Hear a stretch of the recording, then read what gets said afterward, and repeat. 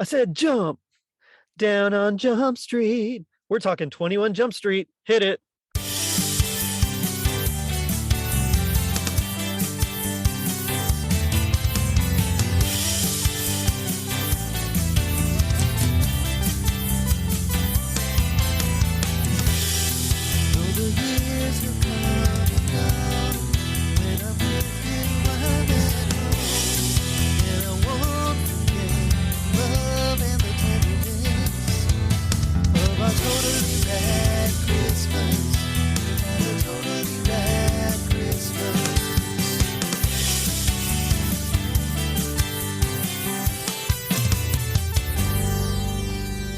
It was 1987.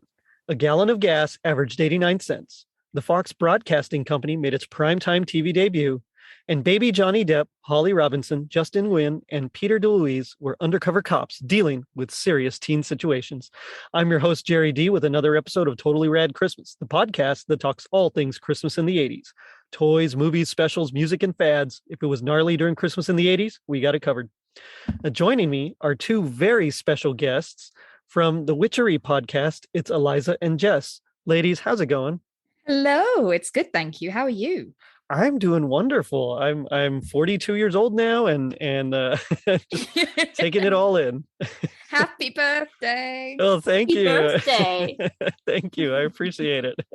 It was a nice day, just relaxing, got to spend time with the family and eat some pizza. And one thing we did do that was really cool. We watched that old 1990s Ninja Turtle movie.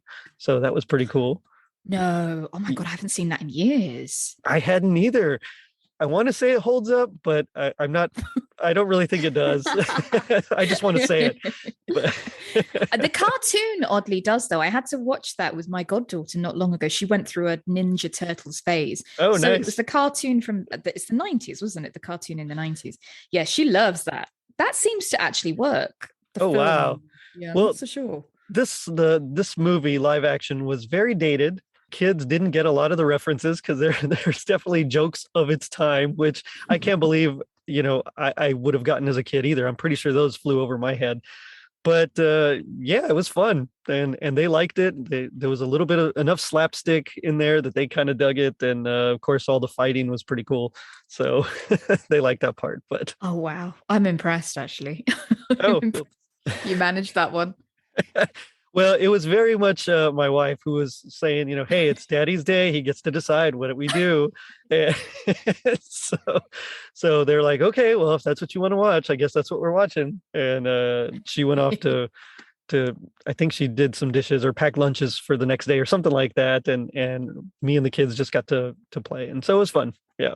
Oh, amazing. I love that. I absolutely love that. So yeah, it was a cool, pretty cool day. And I'm ready to dive into the past again and talk about, remember when I was young enough to look like I belonged in high school, but don't. Well, considering the episodes I've been watching of 21 Jump Street this week, you definitely would have been young enough compared to some of the cast to pass for a high school student. I'm pretty stunned. It was a weird thing. Yeah, it was definitely a weird thing in the 80s where like people, teenagers especially, looked like 30-year-olds. So I don't know. Well, the best thing is the episode that prior to this one, the how much is that body in the window, that one about the doping sort of scandal that happened. Oh yeah. And when Peter DeLuise has to go infiltrate this high school as a student, and he looks about 38, you're thinking, how would anyone have thought he was 17 or 18? Like, it's what? No, it's hilarious. It was wild. Yeah.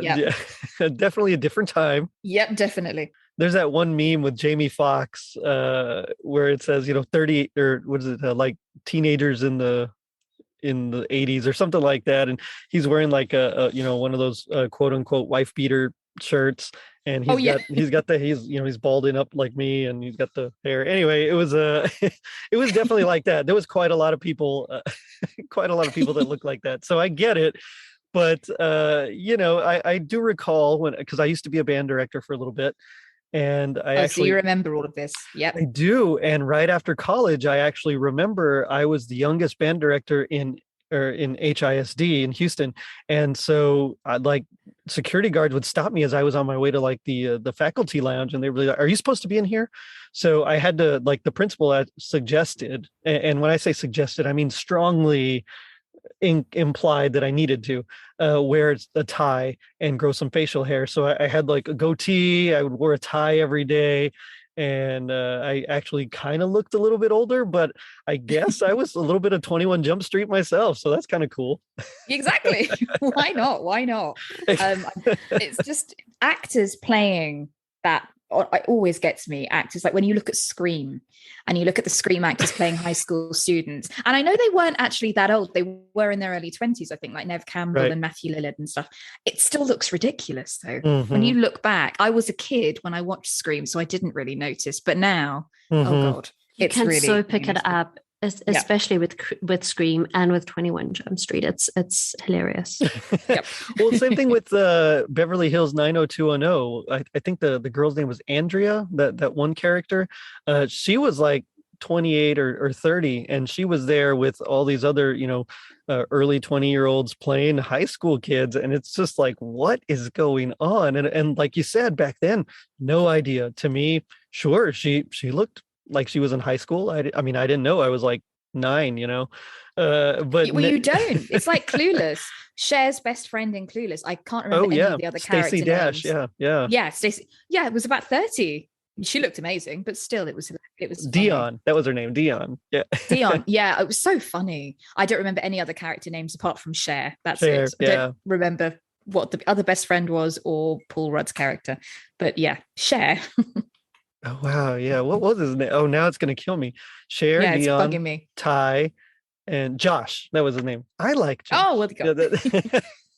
Yeah. Okay. All right. I'm good now. So we can move on. But I mean, before we dive into this particular episode, what do y'all remember? Like, what's your experience or history with 21 Jump Street? I got it on DVD when I was young because of my Johnny Depp obsession. And I saw it. I can't remember if it was in a shop in London called FOP or it was actually in Blockbuster. But I actually ended up owning the 2 seasons on one DVD box set and watched them all. Yeah, it wasn't 4 seasons. It was just the 2, I think, that he was in. Okay. And so I've seen those repeatedly. Yeah, that's my memory of it, was the Johnny Depp crush. That was it. And this is like prime Johnny Depp, he's young, he's he's not bedraggled. Amber Heard has not come onto the scene no. Allegedly. No. Allegedly. We're gonna stay away from that one. Definitely stay away from that one. But yeah, he's I don't even think he didn't even have Winona Forever, did he? He didn't. I don't even think have so. that. No, I think it was before. Yeah, mm-hmm. Yeah, it was before his big break, and way before that, it was how he got into the whole acting thing was 21 Jump Street. I think that made him as an actor, didn't it? Well, he was in Nightmare on Elm Street in 1984. Was that before? Mm-hmm. Yeah. And I only know that because I only remember that because I did an episode on it this past Halloween. That's the only reason I know that. So it was before. Yeah, this was from 1987. Although there were 5 seasons, it ran from 87 to, I believe, 91. And that first 2 seasons, because of when they debuted, I think there was like 2 seasons in 87 itself, which is kind of strange for a TV show. But yeah, this was a young Johnny. This was like his I guess his second really big thing. He'd had like a few little minor things in between Elm Street, but Elm Street was like his big thing, and this was like his major. All right, I'm ready. He started getting like a lot of offers after this. I think the crop top did something. Well, that's I'm obsessed with that crop top. It was that crop top. And that was like a huge trend in the 80s, isn't it weird? It's a trend that's come back. Yeah, crop tops are back. I don't think it's ever really gone. That's the thing. It's always been there in the sidelines, that crop top. Yeah, but like 80s Johnny Depp in a crop top, yes, please. Current Johnny Depp in a crop top, not sure. Oh, even Johnny Depp 10 years ago in a crop top. No, it's all been downhill since Pirates of the Caribbean. I think for Johnny Depp. Yeah. Full Keith Richards mode. It's not good. He's definitely Keith. Yeah. And I liked the first one. and they've just gotten progressively worse, unfortunately. Yeah. And there are things to like about each one, but he did that first one. It's like, okay, but then I feel like every single character he's played since then is pretty much just a riff on on Captain Jack. It feels, it definitely feels like it. Yeah, but this one, I really like. He's still young. He's still fresh. He had a lot of ideas. You can tell his acting style is not quite Keith Richards-ish. So, yeah, I mean, I really enjoyed this, and it's not something that I was really into when I grew up because we didn't have Fox. So we didn't get Fox until I think it was like 1991 in South Texas, where I'm from. My uncle had it because he worked for the cable company. And so I remember when they were first bringing it over, and he recorded like the very first Simpsons episode, that Christmas special of theirs, and he brought it over, and we watched it. We were like, "Whoa, this is new and cool!" And then it wasn't until like 4 years later or so that we actually had it in the Rio Grande Valley. So I missed most of this growing up. I only caught like bits and pieces of it in syndication. And so this was like diving in for this episode. This was like my first real experience with 21 Jump Street. So I'm glad y'all are here to kind of fill me in on some of these blanks here. It's such a crazy series. And it's each episode, there's no real sort of progressive tone through it. It tends to change constantly from a bit Twin Peaks to a kind of almost, obviously it predates it, but almost like a Scrubs type ridiculous, surreal aspect to it. So just drama and trying to be, very real and address serious issues like AIDS and, as we're going to discuss the Vietnam War and things like that. It's crazy mess. Very much so. Yeah. It tonally, I mean, even in this one episode that we saw, it was tonally all over the place.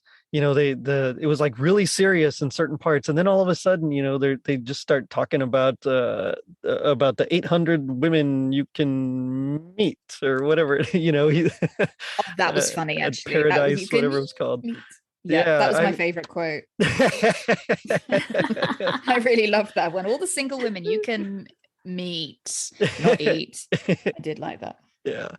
So it's again the no consistency. And I went back and watched the pilot to kind of prepare myself for this episode, and that again was much more serious. But then all the high school stuff, it's like just melodrama. So it goes from like this where they're trying to be like a very hardcore procedural to just this melodramatic, almost soap opera level acting, and it was quite jarring. But I actually kind of really dug it. I want to like watch the whole series now. It's really addictive, and it came out a few years later, but do you remember My So-Called Life? I do. Very melodramatic. Everything was taken very seriously, but yet there were some ridiculous moments. It's like it took a lot from 21 Jump Street. You could see how 90s shows kind of got some inspiration from it. Mm-hmm. Well, and this was that era where it was like the transition from standard drama and sitcom writing to a little more serious, more realistic writing. So, you have like sitcoms, especially in the 80s, and they'd throw out like a one-liner, and then there's, a little bit of talking, and then another one-liner. And later on, they tried to ground it more in realism, where it wasn't so over the top in acting. This was like that transition where you could see they started trying to go more towards that realistic style and not so much just over the top acting. But at the same time, there's still traces of it. And I think because it's grounded in like teen angst and, that whole teen drama, we're a little bit bogged down by some of that overacting, which is okay. I loved it. I actually was fascinated by it, and I couldn't stop watching. So. That overacting is great. Oh, yes, it really is. And especially when you're seeing it from like Holly Robinson, who I loved in Hanging with Mr. Cooper, and like Peter DeLuise, I don't remember him in much else other than this. No, I think judging by his acting in 21 Jump Street, I'm not sure it was a good calling card audition-wise for anything else. Bless it. I mean, I actually kind of love the character. Yeah, I do too. Yeah. I can't imagine. He's just very much, he's like the way Keanu Reeves was in the 80s, a bit of a meathead, but a real meathead. Yeah. He's like mixed with Swayze. It's like if you mix the two of them together from Point Break, you'd get Peter DeLuise. It's really strange. but with no acting ability. Whereas the two of them, obviously, Keanu and Patrick did have acting ability. Right, but right. yeah, I love Keanu. So, and yeah, one thing I had no idea was that he's actually the son of Dom DeLuise, who made an appearance, of course, on the show. And so did his, I think, two of his brothers as well, Michael DeLuise, and I forgot the other brother's name. But, it's one of those where sometimes it kind of helps just to have a few big names in there, because Dom DeLuise was still a pretty big name in the 80s. And it explains how Peter got work then. Now I know that. I'm like, right, that's how he got work. I wouldn't, and nothing against Peter DeLuise, but I wouldn't doubt if that's kind of contributed to his success there. Again, I do actually I love the characters, so I'm not being mean, but it's right. There's a reason behind his casting, I think. Well, originally, I think there was a whole nother actor that was, I think it was Jeff Yeager, that was supposed to be in the Hanson role that Johnny Depp eventually takes over. And they just couldn't, like they offered it to Johnny Depp. He said no. So they gave it to Jeff Yeager. They actually filmed some things similar to, in Back to the Future and Eric Stoltz and that whole thing. They filmed it, didn't quite work. So they let him go and they offered it to Johnny Depp again. And he finally said yes. And he actually didn't believe the show was going to be a success. He signed originally like a 6-year deal with it, and he didn't think it was going to last more than like a season. So he ended up being stuck there, and eventually was able, with through the power of lawyering, to to get out of that contract, which is kind of a shame, because I think that last season, because I've seen, like I said, bits and pieces here and there, I think that last season really suffers without his presence. And I kind of wish he had stuck around, but at the same time, he went on to do bigger and better things. So I don't begrudge him that at all. I mean, he collaborated with Tim Burton, so we've got to go along that route of he made a good choice. Yes, he really did. That kicked everything off. But I have to be honest, guys, who's Jeff Yeager? So I looked him up because I didn't recognize the name either. And as I was looking up some of his credits, I didn't recognize a lot. So he was in a lot of shows. He was in like the TV movie of Dead Man's Folly, I guess, is like one of the biggest things that he's done. He was on V is what I remember him most for. He was Kyle from V, one of the guys that helps Mark Singer's character. That's about it, really. After that, it's like just a bunch of parts here and there, nothing crazy. So mostly TV, and I can see, I guess, why it didn't work. He must not have had quite that charisma that Johnny Depp, or acting ability that Johnny Depp has. And I mean, Johnny Depp is like a legit fantastic actor. Oh, yeah. You're right. Once he kind of hit that Pirates of the Caribbean phase, it kind of just plummeted from there for me. He can still do it. I think it's just he's got a bit lazy. But a lot of actors do that. They start dialing it in when they get known for one particular role, don't they? Mm-hmm. It's just like, oh, yeah, I'm just going to do the same thing. Yeah. But we're here today to talk about season 2, episode 11, not 10, sorry, Christmas in Saigon. And this one was kind of a trip because it was really intense, like really intense. And I wasn't prepared for it. It was a pretty heavy episode. It really was. And I was expecting more, we're teenagers, or we're pretending to be teenagers. Let's go to the high schools and do that. And this episode kind of forgets that whole thing. And I don't know if it's just because it's Christmas or because of the quote unquote hearings that they have to do, but they don't really address it at all. Like, this could have been set in any other procedural cop show. And oh man, it's something.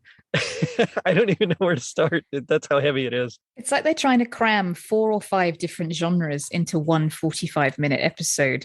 It's just fair, and unravel the whole concept of the Vietnam War and the two sides of the argument via the medium of Johnny Depp and a high school. It's just really strange. It's very odd.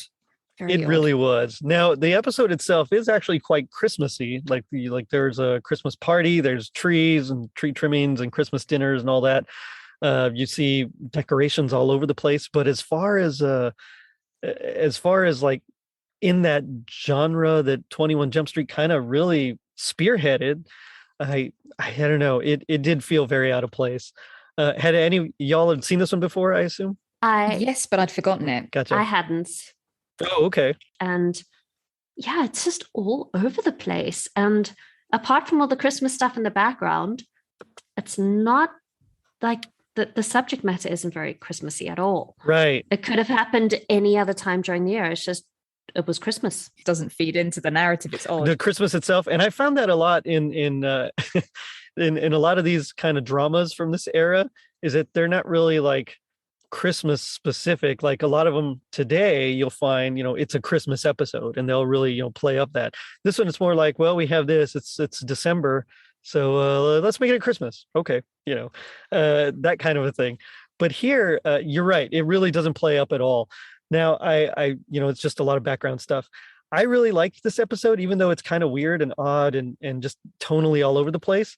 But it really hit something that I hadn't considered before, which was almost like the hatred or prejudice or just antagonism that some vets might, some American vets, I should say, might feel against some of the Vietnamese people that they encountered over there. And so it's just something that I'd never thought about before, even though I have an uncle that came back from Vietnam and he just wasn't the same after that, like PTSD and all that.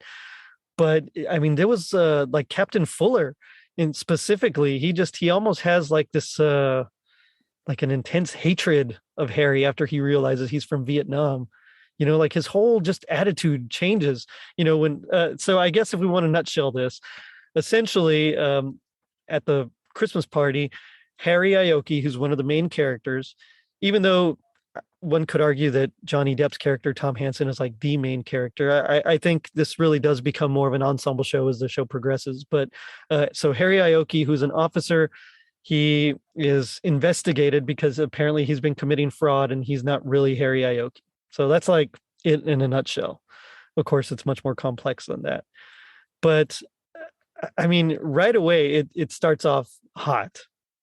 They're doing their impression of dueling Brandos, and I actually quite enjoyed the dueling Brandos, as ridiculous as it was.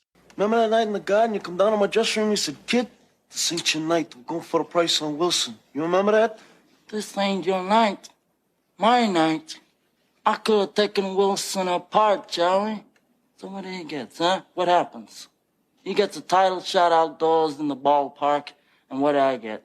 A one-way ticket to Palookaville. You was my brother, Charlie. You should have looked out for me a little bit. Should have took care of me just a little bit so I wouldn't have to take them dives for the short end money. You don't understand. I could have had class. I could have been a contender. I could have been somebody. Instead of a bum, which is what I am. Let's face it. Do y'all do any Marlon Brando impressions? No, I can promise you I don't do one. Jess? No, I can't do accents at all. I can barely do a South African accent, and I'm South African, so there's that. There used to be an advert in the UK. Have you ever had? They would be probably similar to Milk Duds in the US. Maltesers. They're a chocolate called Maltesers, and there used to be an advert in the UK where people used to put them because they look like Milk Duds in their mouths to speak like Brando. And so I remember doing that as a kid quite a lot, following this advert. And that's as far as I've ever got with doing a Brando impression. My mouth's full of chocolate doing it. Just checking. So yeah, I remember a few times trying to do a Brando, and I'm terrible at it. So I was originally, spoiler alert, I was originally going to be doing a Brando impression later on in the show, but I've decided against it instead because it was do it. It was pretty terrible. So get some Milk Duds. That will help. There we go. Yeah, I should have brought some Milk Duds. But yeah, so they're doing these dueling Brandos, and that kind of sets up the scene of, hey, we're at this Christmas party and everybody's having fun, and then from there we get INS, I believe, a Department of Immigration and Internal Affairs that comes to take Harry Ioki downtown because apparently he's not really Harry Ioki. And this was actually a carryover from like a few episodes earlier. There was like a two-parter that something had happened and like with the computer system. And so they ended up having to like tap into the Social Security network, and there was a big shutdown and reboot kind of a thing. And because of that, they were rechecking all of the Social Security numbers. And so this is kind of like the setup for this episode here, which really, it's all about him stealing someone else's identity. This child, a Japanese child that had died like 20 years earlier. A few months ago, the department tied into the new Social Security mainframe in Washington. It did a routine confirmation of Social Security numbers. Look for missed digits like that. Guess who turned up deceased? H.T. Ioki. Died December 14th, 1967, San Francisco. Then who is he? You hear about stuff like that, but it's... Well, they used to do that a lot in things like Dallas, didn't they? All those sort of days of our lives, melodramas where they would be so desperate for storylines, they'd change things up. It does seem quite early in the life of this show to be throwing curveballs like that. It's very early days. I guess that's true, yeah. And I should have known that because I did watch All My Children with my mom, during the summer. I think I told you this before. Where it was like from 12 to 1, my mom would watch All My Children, and that was our lunchtime, and we had to eat lunch, so we would watch it too. So I should have put 2 and 2 together, but I guess I didn't. So yeah, you're right. They would do random, like, here's your evil twin, or here's the daughter that you never knew you had, kind of a thing. So alternate identities probably is right up that alley. But what do y'all think of this trope of like, oh, it's not really who it's supposed to be? Is that something y'all are fans of or not? Well, after watching The Tinder Swindler, I'm not sure like if I should comment, especially having run-ins on Tinder. It's actually, I suppose it's something that is interesting because you never actually, like, how much do you really ever know a person as it is? Mm-hmm. So it just kind of feeds into that paranoia. Mm-hmm. But as a trope, I don't know. It feels a little bit too soap opera-y for me. Yeah, and I'm right there with you. I agree. It doesn't quite fly. But Eliza, I know you you write. Is this something you'd ever incorporate in some of your writings? No. It's just quite lazy. The reason being it's something that you see a lot. It happens in pretty much in the UK, across the US, in every show after a certain amount of time when they're desperate for storylines. So you do see it in constant ongoing shows. In fact, I think things like House, and I love House. I'm a massive fan of Hugh Laurie in House. Yeah, but great show. Amazing show. But as things start winding down, you do notice they throw in these things. I understand that the goal they had was to bring the situation of the Vietnam War, because it's very 21 Jump Street, it's very issue led. And I suppose the way to do that is that Dustin, the actor, the real actor who played Harry Truman, Ioki, was obviously Vietnamese American. So it's the perfect way that they're not appropriating, they are bringing in an actor who has that sort of heritage, who can portray it authentically. I understand why they want to address that. I just think there could have been a better way of doing it than he's not who he says he is, because also it's putting him straight away as a character in a negative light, as if he's, and I understand that's probably why they want to have the slight contrast of did he do something bad or didn't he? But right. it's not a good way to, I think, to have handled it. That he straight away he's a liar, he's almost like an illegal immigrant, he's done all of these things. There could have been other ways of handling that than the way they handled it, I think. Yeah, I think so too. I mean, it seemed, and I don't know if this is true, it just, I got the impression that like maybe the actor himself felt like there wasn't enough Vietnamese representation, or maybe people were, you know how sometimes people, they start to take the character's traits and apply it to the actual person. A lot of fans do that. And so I wonder if they thought, well, maybe this guy really is Japanese and maybe he just wanted to be proud of his own heritage. I don't know, whatever the situation was.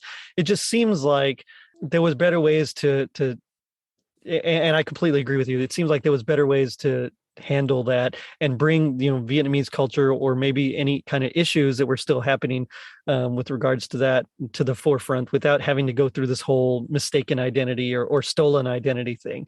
It did seem very very lazy and ham-fisted, but at the same time it also, in a weird way, seems very 80s, like that's exactly something that they would do. We weren't sensitive in the 80s. It was just like whatever. here's what it is. That's true. That's true. And something about the Vietnam War, I suppose there was a lot of sensitivity. I obviously I'm not from the US, so I don't have family members who were conscripted to the Vietnam War, so I haven't got personal experience of it. And I can imagine there's a lot of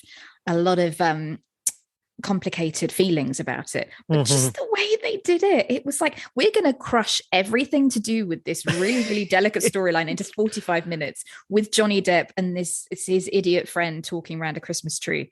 It's just really strange. The weirdest thing about this episode was that they broke up his story. So it starts with him like giving, the description or what happens to the sergeant internal affairs guy, and then as the show progresses, it's like he's continuing the story but talking to different people. So presumably he's telling the story like 5 different times to 5 different people, and we're just catching it at these moments here. So that kind of made me laugh a bit. That was really weird because every time it flashes back to the present, quote unquote, he's in a different place with a different person, and like as the audience you kind of sit there like, okay, is he finished now? Is it a different day? Is it the same day? Is it later that day? What's happening here? Yeah, exactly. And it's like when you have to tell a story over and over again, and to me, when I have to do that, whenever something happens and I'm explaining, I usually get shorter and less descriptive, but he ended up doing the opposite. He got longer and more descriptive with all his different friends. And again, it's another lazy thing that you do see in a lot of TV is this, when you've got to reveal into somebody's psyche or into their history, that they tell it to thousands of people across an episode. It does happen a lot, actually. I've seen it before. So in a weird way, I didn't think it was that odd, because I just thought, it's another way of telling your story. Tell it to 25 people in tiny sections, like you're reading a chapter out to each person. It's very odd. So Teen Titans actually does this really great. I love Teen Titans. Nice. It's complete drivel and bubblegum for the brain, but it's amazing. My kid loves it too. It's fantastic. Right on. But they do this whole episode on exposition stories. And it's exactly that, where you like go back and you tell the story. And it's it's such a trope, but I love it. Well, and I guess Forrest Gump does it too, doesn't he? Where he's he's true, waiting for his bus, just talking, and then different people come. He just keeps going with the story, and so that and really, it makes sense. You want to cram all your characters in there, even though this is like a very Harry focused, Harry centric story. You want to get all your other main characters in there, especially Johnny Depp, who's really is like the lead of this series, and Holly, who's barely comes out in it. I think she has like maybe 2 scenes. I mean, she's away at her parents, isn't she, or with friends? That's right. Yeah. She went home. Yeah. So we see her in the very beginning at that opening party where she says she wouldn't miss dueling Brandos. And then we see her where she's on like a payphone talk, which that took me back. But, she's on a payphone talking to Harry, and he's explaining again more of the story, which that's a long call. I hope it wasn't collect, because how many coins did she have to put in? That's right. How much did he get charged? Wow. Kids, you used to have to put money in phones that couldn't move. Yeah, it was definitely one of those funny things that you see. But I did like how his friends, even though he's, I guess, essentially been fooling them for all this time, they were like, well, we know him, we worked with him, he's still the same guy, we support him. And that was very much contrasted with the captain, who was, shipped over to Vietnam and spent 13 months over there, fighting the war, and has like this crazy distrust, especially because one of his friends, and this becomes like a major plot point later on, one of his friends got killed by, a kid that rolled a grenade under a car and blew him up, which I never thought I'd say that sentence, but here we are. And it's just, that's like so heavy duty compared to like the very first episode of this show, where he just goes to high school and gets in a fight with, some jerk because he parked in the wrong spot.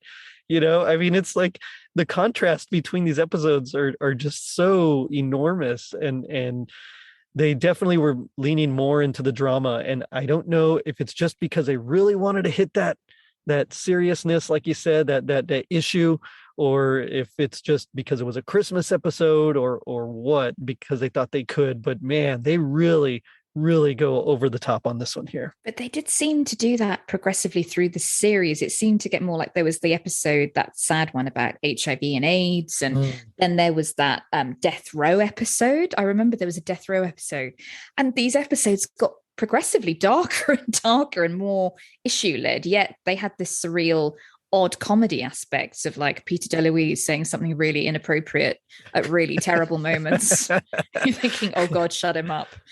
And it was just ongoing. Which, yeah, I mean, but we all know that one guy, right? We all know that guy that says the really terrible things at like the wrong time. So it definitely hit home, at least in that aspect. You're like, oh, this guy, what is he doing? So I definitely got that. But so, basically the rest of the story is how are they going to defend Harry? Because now that he technically lied on his police application, he could be dismissed from the force. Now, luckily he can't be deported. He does have his green card. He was given like resident alien status upon arriving to the US. So he can't be deported, but he can, be taken off the force and then have to completely start over. And this is a guy who at this point has gone through so many missions. He's done so many, good things, arrested so many people. And so the real issue now is between him and the captain just is having a hard time trusting him because he doesn't feel like he knows who he really is, for one, but two, also because he's Vietnamese, which like later hits home when he's talking with Johnny Depp's character, Hansen, and he says, that big line, how many Vietnamese officers we have on the force? And he's like, how many? He's like, one now. It was like, oh, yeah. Snap. Do you know how many Vietnamese native officers we have in this department? How many? One. Now. So, it's one of those where it's just like, wow, how much more can you like just bash the captain over the head with this? And I'm glad they do, because he eventually, spoiler alert again, he eventually does get him to, change his mind and support Harry and write him a good review and a recommendation. But at the same time, it's like, wow, either this guy is really, his hatred is going to take him over, or, which in a lot of ways seems very realistic and true to life, or we're going to have some sort of Christmas miracle, which of course we do. And, it's one of those where I appreciate it, but at the same time, it seemed like his turn was almost too quick. Yeah. And you could understand that maybe somebody who had seen their friend die at the hands of a teenage boy throwing a grenade would then hear about their colleague who'd lied about who they were, and they were the same age as that boy. And so he would think, well, you could have just been the same. You could have been doing things like this. And I don't know. I can possibly, to some degree, understand that, but I don't think you'd get over it on Christmas Eve, like from the start to the end of Christmas Eve, or whatever the timeline was for that. He got over it very quickly. It's good he did, and so he should. He shouldn't have had that prejudice in the first place. But yes, exactly. Was a Christmas miracle. It was a very quick one. Yeah. Yeah. So the most of the story of this episode is actually told in flashbacks. And it's Harry telling his story, like we mentioned, about how he got to the US. And so he talks about being with his family. And apparently a lot of this was actually based on the real life actors, his life and how he came over. But as the character. Oh, really? God. I didn't know. That's amazing. That's why, because of that, part of me kind of wonders if like this was him saying, hey, I'm Vietnamese, I'm portraying a Japanese character. I kind of wish I could be portraying a Vietnamese character. So part of me actually really wonders if that's what kind of led to this whole episode coming about. But so essentially, his family, they're leaving Vietnam because, the US is pulling out, they're getting ready to go. The whole war's going on. They're trying to seek asylum. And as they're leaving, they get gunned down, which is crazy, on the beach. And it's just like him left over. His friend, his parents, they're all killed. And he makes it onto the boat that's leaving and makes it to safety. Now, in real life, the actor, his family actually lived, so they didn't get gunned down. But in the show they did. And so it kind of, that particular incident informs the rest of his life. And so he ends up helping at the military base that they're staying at. He ends up helping with like the food distribution, I suppose. I don't know what they're called, but he does that. He really becomes a cop. He like applies himself, and it's kind of cool to see his trajectory.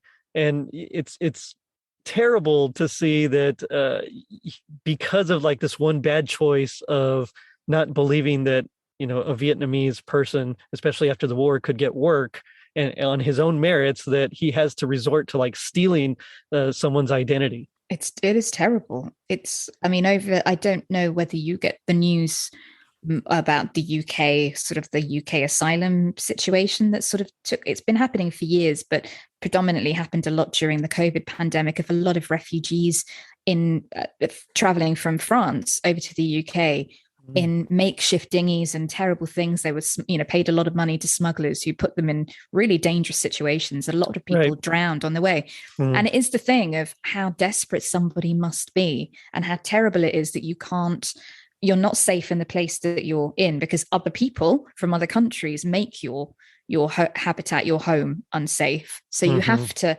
flee for other countries, and then they don't want you. It must be I can't even begin to imagine what it must be like for people. I can't. And I'm very lucky. I feel very privileged the way I've been raised and where I am. And you do see these situations that are done in a very ridiculous and quite flowery way on TV, but they do stem from something very real and very serious. And also, like, how do you get the masses to watch something that is very serious and very somber? And like, it's not an easy thing to talk about, all these serious, heavy conversations. Right. So how do you draw people in and actually get them to have a conversation about something that is quite, quite a heavy thing to say? Sorry, it's like, it's almost 10 o'clock at night here. So if I am repetitive or rambling, I'm blaming it on the time of night. You're all good. yeah, no worries whatsoever. I'm repetitive just because I'm not smart enough to think about anything new to say. So Same here, don't worry. No, but you're right. And I think, as you mentioned, the show itself was very issue driven. That's one way that I think the show was very successful in bringing about some of these things to the forefront and making people have these conversations. So I did an episode last year on Magnum PI, and in Magnum PI, they're Vietnam vets, but they're actually well-adjusted vets. They have no PTSD. They've been assimilated back into society and are high functioning. And that goes in contrast with, like, say, First Blood, the Sylvester Stallone movie about John Rambo, who has like severe PTSD and can be set off at any time. And, he has trouble in getting back into society. And so I think this is one of those where it seems, on the surface that the captain himself is almost like that Magnum PI style. He's the head of a, he's the captain of this precinct, well, not precinct, but of this program here. He seems like he's adjusting well, but as soon as someone brings up Vietnam and he meets an actual, Vietnamese person, he kind of clicks into that more John Rambo, like, no, it's us against you kind of a thing. And so you're right. I think the show was very good at getting people to have these conversations, because, and I never thought I'd be talking about it on this show, but racism and stuff like it is real. And so to have to deal with that and confront it is it's definitely something that I think needs to be said. But at the same time, it's like, how do you do it in such a way that people will maybe talk about it and not be at each other's throats? And so I think in that sense, I think the show actually was quite successful. Oh, definitely. Yeah, agree. Yeah, I do agree with that, but I just think it's the story, the narrative that they construct can sometimes be so ridiculous. That's the only thing. That's the contrast with it. But I know that the intentions are very good. The intentions are good. And I agree, but maybe that's no, I'm not going to say it. Never mind. I'm sorry. I was going to say maybe that's why it was so successful, because it's like in these over the top. Yeah. I think that's it. I think that's exactly why it works, where you can kind of like suspend your belief for a little bit. It's the same reason a lot of people like watching horror. for the same thing, where you kind of get to explore all those things that are kind of controversial and taboo and do it in a safe space. Mm-hmm. So, I mean, with 21 Jump Street being over the top, it's the same thing where it's not reality. It's fine. We can explore this controversial topic and, get sucked in and maybe have a Christmas miracle and change your mind. And it's the age group as well, isn't it? It appealed to such a young age group, 21 Jump Street, a lot of teenage girls particularly, who are far more intelligent than the media would let on that they are. They don't have their heads in Cosmopolitan and Just 17 and things like that, and doing their nails. They girls even in the 80s did think about issues, but I think it was the way of making it more palatable, for that age group. And I mean, on your show, you guys talk a lot about horror and real stories behind, some of these, these really intense situations and things like that. So I'm sure you have experience with that as well, which, by the way, great show. Love your show. I'm sorry I hadn't mentioned that before, but I wanted to bring that up. Thank you. Yeah, your episode on The Witcher. So cool. That's our newest one. Yeah. So eventually Harry, he gets kind of, I guess, not adopted, but I don't know how to say it, but he sponsored, maybe is the right word, to an older woman in St. Louis from her church, and that she kind of takes him in, and he is able to watch TV and he learns English, and then she kind of forces him to apply himself as well in school, and so he is able to make it to through school and graduate and become a cop. Which again, that's a cool thing, to first of all, learning a whole new language is crazy. So that's awesome that he was able to do that. But I mean, I'm having trouble right now learning Spanish, and I'm Hispanic. I should know Spanish, So he did that before he applied to the academy.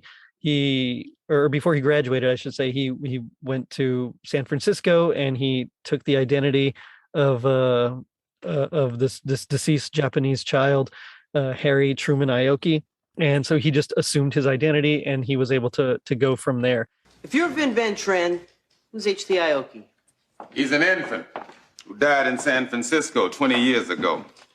That didn't take long to find out, Captain. Let me see if I can put it together, Harry. Right before you applied to the department, you went to San Francisco and somehow got access to the death files. Posed as a writer for a student newspaper. Clever. Then you found a Japanese infant who died, and you stole his social security number. Very good. Should have been a detective. And you soon may not be. And they probably wouldn't have noticed it if it hadn't been for that computer glitch that had happened in a couple of episodes before. So that's like him telling the story. And then the rest of it is, him spending Christmas with Hanson's family and talking to Judy, on the phone. And then, there's times where he's talking to his lawyer or talking to the chief. And I think the biggest thing is when, the real turning point is when he's feeling very underappreciated and unsupported by his captain. His captain is just kind of not looking at him, saying like, I'm going to do what I think is right, kind of a thing, in regards to him writing a recommendation. And it wasn't until the captain and Hanson really sat down and talked about it that the captain changes his mind. And so they miraculously find the papers that he had gotten and filled out there at the chapel, but never actually finished, to change his name legally to, H.T. Ioki, which would kind of support his claim that he wasn't trying to commit fraud, but was, just afraid of not being given a fair shot because he was Vietnamese. And so that's like the big Christmas miracle. They find this, this paperwork and they turn it in, and he's not kicked off the force, and all is well in the world.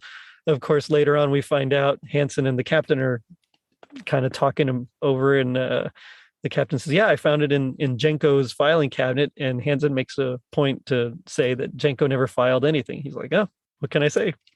And that seems to be like the big Christmas miracle of it all.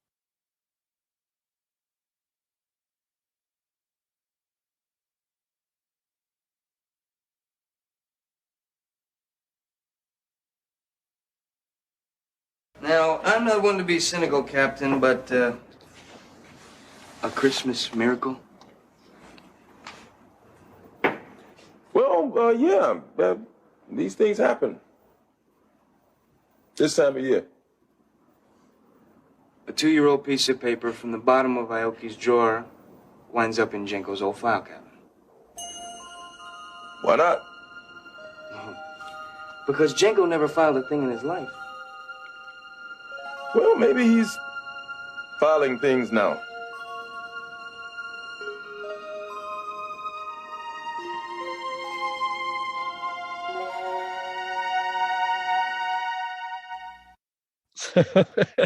it's Filing cabinet saves the day. If I had a nickel for every time I heard that, I'd probably have a nickel, but still. I don't understand what happened to Grandma Bessie, though. That's the one thing that was really bugging me. So suddenly you've never heard about Grandma Bessie before. Then Grandma Bessie is basically his savior, and she's in one scene, and then he suddenly disappears off and becomes another character. Does he stay in touch with Grandma Bessie, who helped him, saved him? Do you hear about her? Was she still Grandma? What happened? Who forced him to watch Sesame Street as a 14-year-old kid. Yeah, to help him learn American English. You got to do what you got to do. Gotta do it. Bert and Ernie will help you learn. It just was very strange, though. Where did she? There was no other mention of her. And surely if she was special to him, she'd probably have been dead by this point, but he would have mentioned her before. I don't know. It was just very strange. This random grandma that's in it for like one scene and then bye-bye. Well, and about that, I mean, she's passed away, but maybe not, because he was 14 and I assume he's like 23 or 24. So it's really only maybe about 10 years. So it's possible she's still alive. Why didn't they just like call her up? Yeah, invite her for Christmas. She could be on her own. This is mean. Don't abandon the elderly at Christmas. I don't know. Yeah. Well, I'm going to assume then, I guess you're right, that she has passed from this world. And so that's why she's no longer with him. But I don't know for certain, so I can't say. I don't know. They didn't think about this. This shows the loopholes and the abundance of loopholes. What happened to Grandma Bessie? There should have been an episode on that. I have a feeling there's quite a few episodes they didn't quite think all the way through. Pretty much all of them, but it worked anyway. It did. I mean, it got the whole point, I guess, really was just that he learned English and kind of just fit into the American way of life, which, okay, good for him. That's all I'm going to say. Good for him for trying his best to fit in. So that's all I'm going to say. Overall, I mean, this was I don't know. I think I like this episode. I really do. I kind of like the way they tied it all up in a neat bow, but I also feel like it might have played a little bit stronger if we had seen, more of the hearing, more of the trial play out. And I'm a little bit, not mad, but I'm a little bit disappointed that we didn't get to see more of that aspect of it. But I'm also a sucker for good legal drama. So there's that as well. But what do y'all think? If you could have improved this, what do you think you would have made it better? Not rush it so much. I mean, they try to cram everything into 45 minutes. They could have extended it to like 2 or 3 episodes. But I suppose this is in a time before binge watching where it was weekly. So would they have actually have maintained audience if they'd done that? I don't know. That's a good point. Yeah. They might have had I need to look it up. I think they might have had a 2-parter of something, but it might have actually come after this episode. I think it might have been in like season 3 or 4. They had a 2-parter. But yeah, I think it needed more conflict. So it was resolved very quickly. And like you said, it's the time aspect that they didn't have long enough. But if you're going to make something like this really hit home, it did hit home when you saw the fact that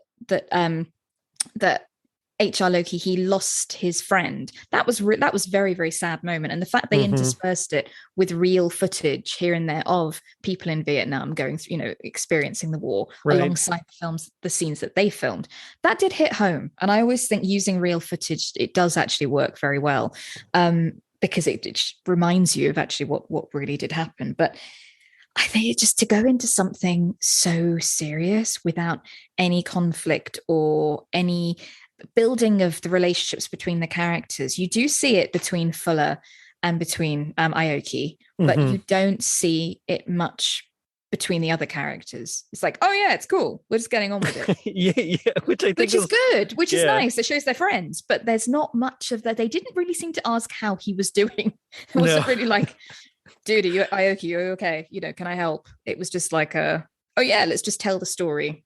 And so I think showing a bit more relationship between them alongside the story would have helped a bit. But then they were probably pressured for time. Yeah. And the most, I guess, that we see of that is when they're at Hanson's, mom's house, and she's like, "You said he was depressed. He's not depressed. He seems fine." Yeah. That was probably the closest we got to that. Yeah, and then she asks his name. Oh, what should we call you? What do we call you? Oh my God.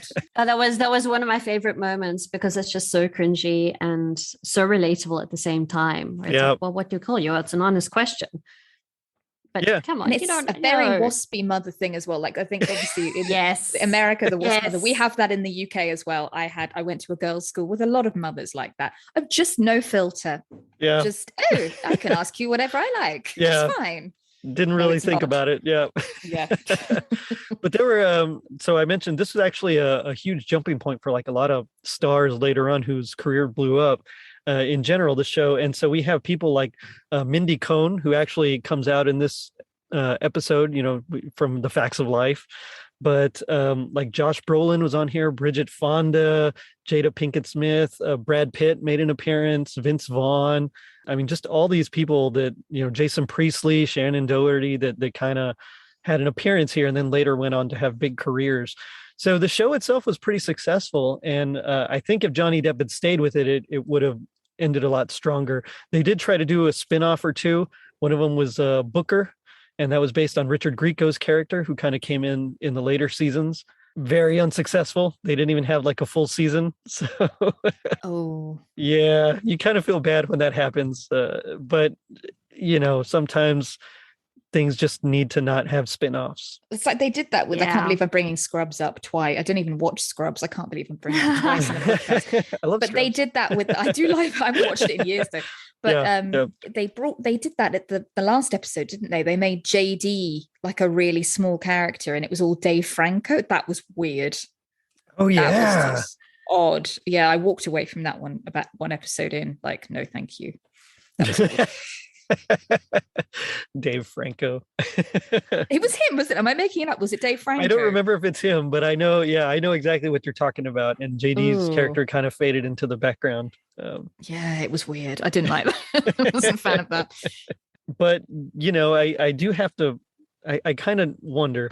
So if you could, would you star in this show? Like if you could, and if so, who would you be? Would you be a new character? Would you be one of the established characters? Like, how would you fit into the show if you could actually be a part of the show? Yes. So I'm going to blame my answer on the fact that it is really late at night here. But so if I could fit into the show, it would be like a once-off. Okay. And something completely ridiculous and absurd and get murdered off like halfway through. Okay. Because why not? And you'd still have craft services available to you. So yeah, that sounds like a win. Exactly. What about you, Eliza? I totally would have wanted to have been like a love interest for Johnny Depp, but also the twisted side of me would be like top. In the crop top, he would have to wear the crop top. No one wants me in a crop top, but I would totally have done that. And I would have had to have been one of his colleagues, but I would have been a bent cop. So I would want both. Ooh. I would want to be his love interest, but also like a bad girl. Yeah. But then gets like, shot down in a haze of bullets or something at the end. Like Johnny Depp has to shoot me. That would be a great character exit, I think. That's cool. I've already thought about this. This is really disturbing. There is a 21 Jump Street fan fiction out there. Oh, Jess, we need to start doing fan fiction. That's going to be the next thing. I think. God, could you imagine? Hey, I'd watch. I think if it were me, I'd probably be like one of those forensic guys, that comes to the scene and dusts, but I'm just kind of like the nerdy guy that, oh, I got to run it through the computer, and then they got to, they'll have to go from there. And I'm just like a quick cameo. I think that's probably the best way I'd fit into this show. But they're like the best characters because you could have a really elaborate plot line of being like the brains of the operation. Ooh, I like that. That you solve everything each week that Johnny Depp takes the credit for. You could do something like that. I was never the cool kid, so I definitely wouldn't fit into the 21 Jump Street narrative itself. But yeah, I could see me being a side character. Why not? If Peter DeLuise was considered a cool kid, I'm sure you would know that question. Be considered a cool kid, I wouldn't worry. I could have been a contender. That's terrible. That's terrible. But on that note, I do have to ask. So, what would you say would be your happiest memory or moment with the show? E, do you want to go first? I have a really odd one because it's a really depressing episode because it's like about child abuse.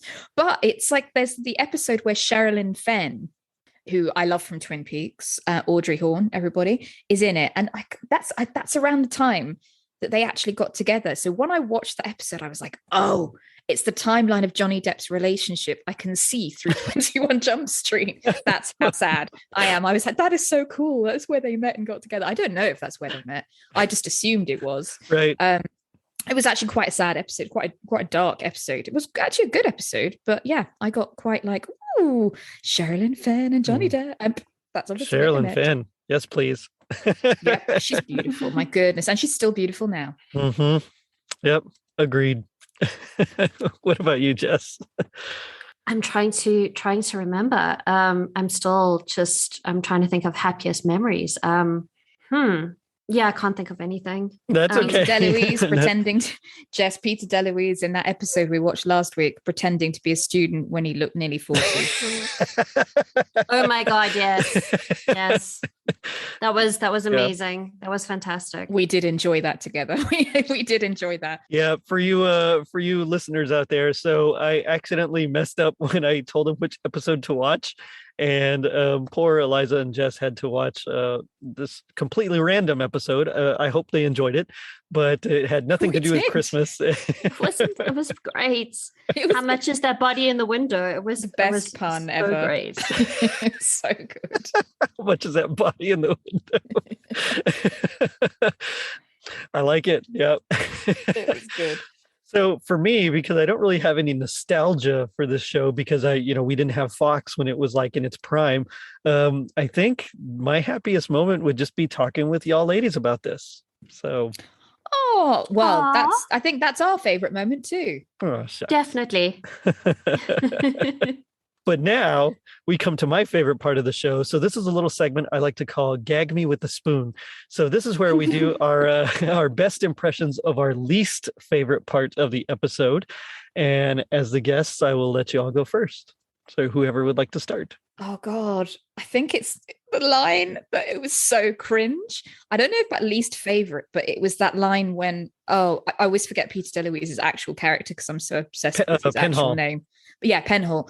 When they're getting out of the car, three of them getting out of the car, so him and Hanson and Ioki, and he's like, it's Christmas and Mrs. Hanson has a tree to trim. And it's the fact he says, has a tree to trim. I was like, there's so much going on, so many loaded comments in that line. I can't even. And it was just so, actually good delivery for him, but I cringed massively while I laughed. So yeah, that was probably my favorite, worst, weird moment. Nice. What about you, Jess? So it was definitely that one. And there's also it's a more of a sentimental thing where it's one of the flashbacks and he's talking about his friend Ty, and he says like the friend was smart and he could hustle, and he was after all the captain of the Starship Enterprise, but that was okay because I was the SWAT commander, and I was just like, okay, like that is so bad. That's so great because as kids, I can relate to that. Yeah, those are good. So I also picked a Penhall line, and This is when they come to like give to arrest Ioki and take him downtown. And they're saying, this guy's not HT Ioki, and Penhall says, "What are you, nuts?" And just his delivery was just that made me cringe so hard. Like, this guy, he's got that thick, like Brooklyn accent. And, yeah, I was like, okay. The Brooklyn accent, it's very strange. Yes. There was that one line. This is not, obviously we've said our gagging for us with the spoon thing, but this one was really awkward because it's one that Ioki says, and so you shouldn't be feeling awkward, but when they're at the sort of the food, effectively like the refugee center, the food distribution center, and he says this line, and I actually typed it down on my phone because it was so bizarre, and it was where I need to find it. It was like talking about all these people at dinner, trying to get food because they were starving refugees. He says it's like having 150 people turn up for dinner on a Tuesday. It was so random. It's like, okay, why on a Tuesday? Yeah, and it was that pause, the dramatic pause of on a Tuesday. I was like, these are starving people. This is a really serious situation. It was like having 150 people turn up for dinner on a Tuesday. It was just bizarre. I wonder if like every time they say, okay, when you're about to say a serious line, just pause 2 seconds before the very last clause. Every time. Really get that. It feels like it. Yeah. But there was also that sorry, I made some notes when I was watching. No, go for it. But there's that part where the captain's busy interrogating him, and he says, "Very good. You should have been a Yes. Ioki says the captain's a very good. You should have been a detective." And the captain says, "And soon you may not be." I love that. And you soon may not be. There we go. I love that. Yeah, because the captain's, they're going through the story, they're running down everything, and he's telling him, and then you stole this, this guy's identity and whatever. And like, why would you tell the captain that? Why would you say, "Oh, very good, you should have been a detective"? Like that come on, man. Like, read the room. It's so bad. And it's like,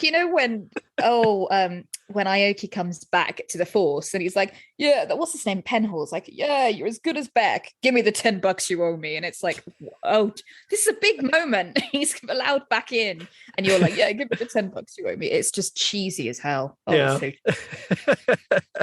But I think that's why I really did enjoy this episode. It's just that randomness that, it's like what else can we put in here? Yeah. Let's have him say that, and I'm just imagining like if there was a writer's room, just everybody tossing out ideas. You're like, "Ooh, that's good. Yeah. Write that down. Give me that $10. Okay, I'll take it." It's so odd. But yeah, there were a lot of moments that just really didn't land for me. But I had to go with that one. What are you, nuts? I don't know. It's so good. But G.I. Joe taught us that knowing is half the battle. What do you think the other half is? I don't know. This is my problem. I haven't got anywhere in the battle because I have no clue about anything. My brain is constantly battling. Wait, there's a battle? I think there is. You know what? When you're a parent every day. Yes. Oh, good Lord. You know what I'm talking about. Yeah, it's just one of those things that they would always end their episodes with, "Now I know," and knowing is half the battle, but they never say what the other half is. Just drives me crazy. True. Yeah, that is very true. And there's always got to be a nice little tie up at the end. Everything's got to be sort of neatly fitted with a bow. Yeah. So that they can do their story of the week format the next week. so just finishing your storyline in 40 minutes. And then you never speak of it again. That's right. That's good. Yeah. I like that. For me, I think if knowing is half the battle, I think the other half is just being more careful when you're stealing someone's identity. Yeah, definitely that. Definitely from a poor little dead Japanese baby. I think be a bit more careful and watch Sesame Street. You'll learn a lot from Bert and Ernie. And if you do steal someone's identity, at least change your name. That's right. Yes, legally change your name. Oh man. Jess, Eliza, it's been fun talking with you, but what do you want to plug? Tell me about everything going on. Well, we just had a new episode out. It actually did come out last week, but I was quite ill and couldn't get on the socials, so I've only been promoting it this week. But it's all about The Witcher. Nice. Where can they find you? Or Oh, sorry. Yes, of course. That makes So we're on every podcast platform. So if you just look up the Witchery Podcast, you'll find us on everything. Apple Podcasts. I won't mention the one that's a bit out of favor at the moment, that platform, but you can find us on that one too. Gotcha. And on Acast, pretty much everywhere. We're on Twitter at Podcast Witchery, and we are on Instagram at the Witchery Podcast. Right on. And so you talk about some of the real life myths and legends, and also crimes and things that happen, behind the scenes of are the inspirations for these actual stories and that we see in movies and things like that. How does that? What's that like for y'all? Does that just drain you, or it's fascinating to me. It can be quite disturbing, because some of your favorite films, when you actually find out either the inspiration behind it or some terrible things that happen during filming or happen to the actors afterwards, or sometimes there are curses attributed to some film sets, it can actually be quite horrifying when you're reading things. It can be quite disturbing. You go back and look at the film in a different light. You still love the film, but you definitely see a lot more going on with it. Like a Nightmare on Elm Street you mentioned before, finding out that actually it was a similar thing, a similar area, Vietnam, children and people who died in their sleep for no reason. And that's what inspired A Nightmare on Elm Street. And there's a huge story behind that. So it's a lot of very, very dark things behind the true horror of films. And what would you say, like if someone wanted to dive in, what would you say would be your favorite episode that you've done so far, like a good starting point for them? Any of them. Oh, I love that. Boom. Nailed it. That's the best answer. That is the best answer. I love it. I'm gonna back that up. Yep, back that one up. What right you on. said. So you heard it here first, folks. Start from the beginning and you work your way up. Yep. That's cool. I like it. This has been a lot of fun. Thanks for joining me. Thank you so much for having us. Thank you, Jerry. We've loved it. Well, it was a lot of fun. Right on. And on that note, I'm going to end it by saying, Ioki, or whatever your name is, it's Christmas and Mrs. Hanson has a tree to trim. So check us out on our social media pages, Facebook and Instagram at Totally Rad Christmas, and Twitter at Rad Christmas. And if you're feeling like Captain Fuller creating a Christmas miracle, leave us a review on iTunes. Not only does it help us reach more people, but you also get a free sticker.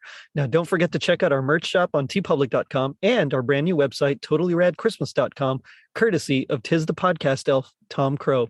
Merry Christmas to all, and to all a safe night. Later, dudes.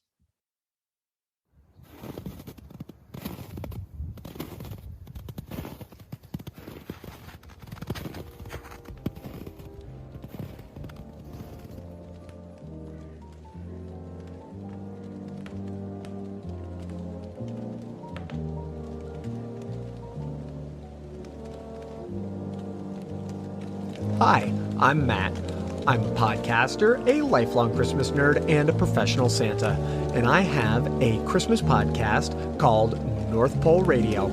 Each week I sit down with a fellow Christmas performer, a fellow Christmas podcaster, or just a fellow Christmas nerd, and talk about all things Christmas. There's a heavy focus on the art of portraying Santa, but we also cover Christmas movies, Christmas songs, Christmas food, and, well, basically anything Christmas. So check out North Pole Radio wherever you download podcasts.